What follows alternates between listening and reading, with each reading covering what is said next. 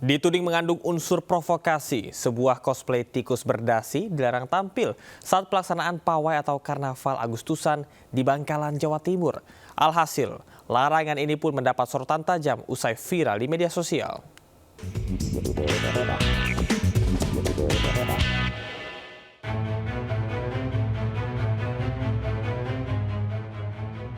Inilah cosplay berupa tikus berdasi yang sedianya ikut dalam karnaval kemerdekaan di Kecamatan Tanjung Bumi, Kabupaten Bangkalan. Namun sayangnya cosplay kritis terhadap kasus korupsi di Indonesia ini akhirnya batal tampil setelah kelompok peserta karnaval yang akan menggerak cosplay tersebut mendapat teguran keras dan larangan dari pihak kecamatan setempat sehari sebelumnya. Meski begitu, tetap ada kelompok peserta karnaval yang terlihat mengkritisi masalah korupsi lewat tulisan yang mereka bawa. Larangan tampil cosplay tikus berdasi langsung viral di media sosial sehingga mendapat kritik dan kecaman publik luas. Menurut mereka, larangan ini merupakan bentuk intimidasi dan pengekangan terhadap demokrasi bangsa. Pemerintah Bangkalan mengaku sudah menanyakan langsung ke panitia karnaval dan diketahui bahwa larangan tersebut berasal dari pihak aparat keamanan kecamatan setempat dengan alasan mengandung unsur provokasi dan bisa menyedot konflik lokal. Namun pihak Pemkab tidak pernah mengeluarkan perintah atau larangan terkait hal tersebut. Ke depan ini menjadi catatan kita bahwa perayaan HUT kemerdekaan itu ya sudahlah, memang ini kreativitas dan tentunya kita harus memberi kebebasan begitu. Kebebasan berekspresi sejatinya merupakan bagian dari kehidupan berdemokrasi dan dilindungi undang-undang.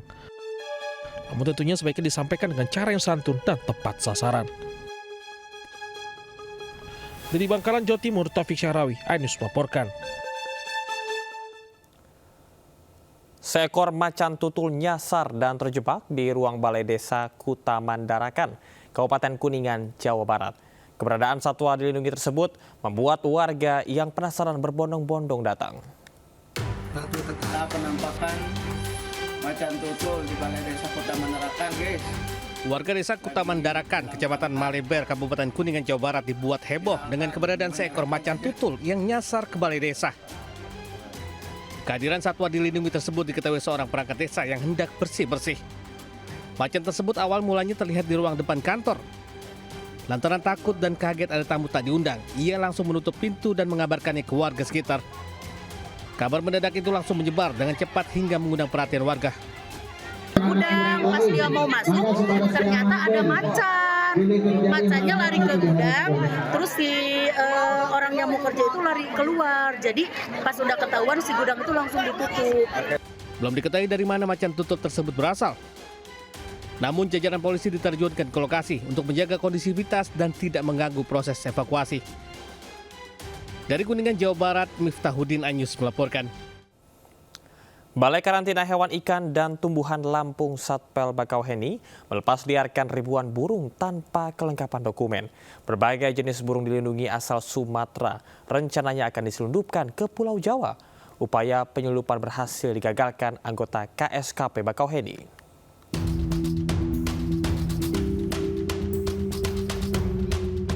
Ratus ekor burung disita anggota kepolisian sektor kawasan pelabuhan atau KSKP Bakauheni.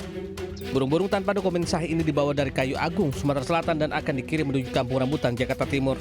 Penyelundupan satwa ini terbongkar saat petugas memeriksa areal pelabuhan Bakauheni dan mendapati puluhan boks plastik putih berisi ribuan burung dalam bagasi bus. Dua pelaku ditangkap bersama sejumlah barang bukti, sementara ribuan satwa liar diserahkan ke Balai Karantina Hewan Ikan dan Tumbuhan Satpel Bakauheni untuk selanjutnya dilepas liarkan di kawasan hutan Gunung Rajabasa, Lampung Selatan. Untuk jenisnya di sini ada kita daun Sumatera, ciri-ciri, ikatan rimba dada coklat, pentet, serenjak, siala kebo, sogon, pelatuk beras, tipo kacat, dan pentis kumbang. Itu dari mana ke mana dibawanya? Dari informasi yang kami terima dari rekan-rekan di KSKP, itu berasal dari Kayu Agung, Oki, dan rencananya hendak dibawa menuju Jakarta. Selanjutnya kedua pelaku menjalani pemeriksaan guna mempertanggungjawabkan perbuatannya. Dari Lampung Selatan, Lampung, Heri Fulistiawan, iNews melaporkan. Polisi dibantu TNI terus membubarkan massa yang bertindak anarkis di Kota Sorong, Papua Barat Daya. 10 orang ditangkap. Kerusuhan Sorong terjadi di sejumlah titik.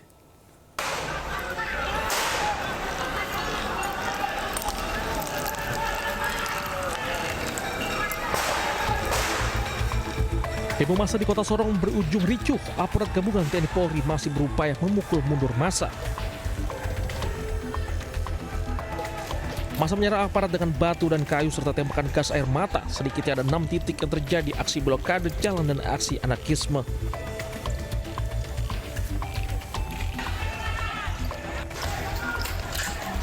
Massa terus melakukan perlawanan dan menyerang aparat gabungan TNI Polri dengan batu dan kayu serta tembakan kembangan api. Aparat TNI bahkan menurunkan 2 unit kendaraan taktis ANWA untuk membubarkan massa di berbagai titik. Petugas gabungan sebanyak 10 orang ditangkap diduga sebagai provokator. Dari Sorong, Papua Barat, Chandri Suripati, iNews melaporkan.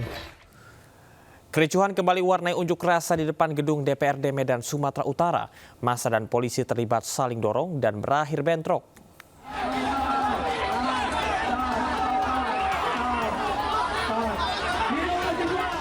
Aksi unjuk rasa ratusan mahasiswa yang semula berjalan damai di depan gedung DPRD Sumut berlangsung ricuh. Kericuhan dimulai saat ratusan pengunjuk rasa hendak menerobos masuk pintu gerbang kantor DPRD Sumatera Utara. Suasana semakin memanas saat massa unjuk rasa melakukan lemparan ke arah barikade pihak kepolisian.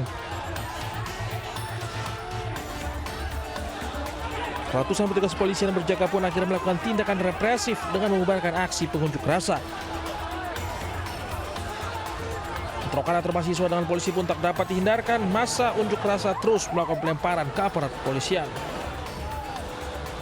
Dalam unjuk rasa ini sejumlah mahasiswa yang terlibat aksi provokasi turut diamankan polisi. Dari Medan, Sumatera Utara, Said Ilham, iNews melaporkan.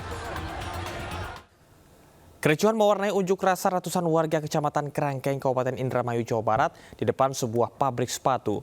Massa menuntut perusahaan memprioritaskan tenaga kerja lokal.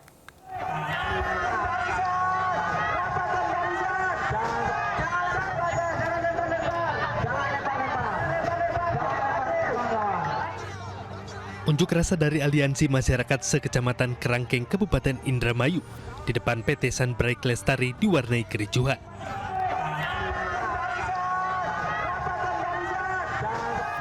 Massa yang berusaha merangsak masuk ke dalam perusahaan saling dorong dengan polisi. Dalam aksinya, massa menuntut agar warga lokal Kecamatan Kerangkeng diprioritaskan bekerja di perusahaan.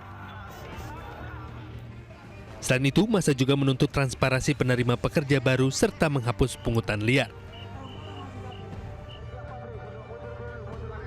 Kericuhan sempat mereda setelah manajemen perusahaan menemui para pendemo.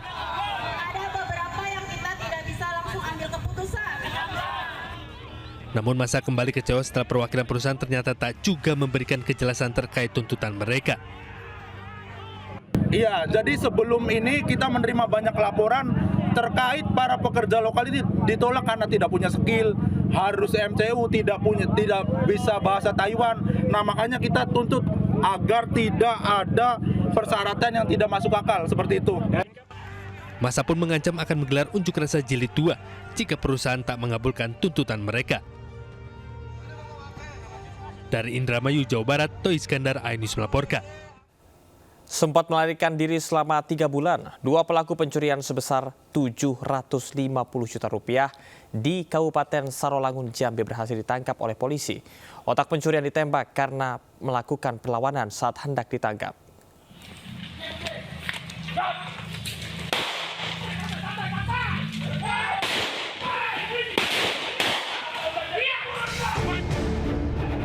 Penangkapan pelaku pencurian yang buron selama 3 bulan berlangsung dramatis dan diwarnai tembakan peringatan oleh polisi di Kabupaten Rejang Lebong, Bengkulu. Keduanya diketahui merupakan warga Kota Lubuk Linggau, Provinsi Sumatera Selatan dan juga warga Kabupaten Rejang Lebong, Bengkulu. Ini borgol. Bisa.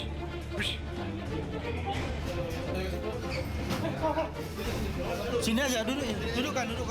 Sementara satu pelaku lainnya ditangkap di tempat yang berbeda. Akibat mencoba kabur saat ditangkap, pelaku ditembak di bagian kaki.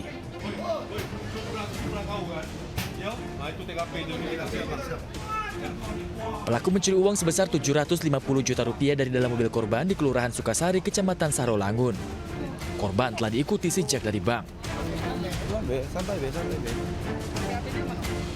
Selain untuk berfoya-foya, hasil curian digunakan pelaku untuk membeli sejumlah kendaraan yang dijadikan sebagai barang bukti.